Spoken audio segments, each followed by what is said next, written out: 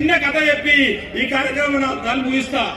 గతంలో ఈ సమాజంలో ఒక మల్లయ్య ఒక మన పెద్ద మన చిన్నయ్య ఉన్నాడంట. ఇక్కడ బాగా వస్తుందిరా. ఆ మల్లయ్య పెద్ద ఏం చేసిందంటే ఆయన జీవితంలో ఎప్పుడు కూడా సుఖం లేదు, కష్టం పడుతూ పడుతూ పడుతూ ఆయన జీవన పరంపర 90 సంవత్సరాలకు 80 సంవత్సరాలకు వచ్చిందట.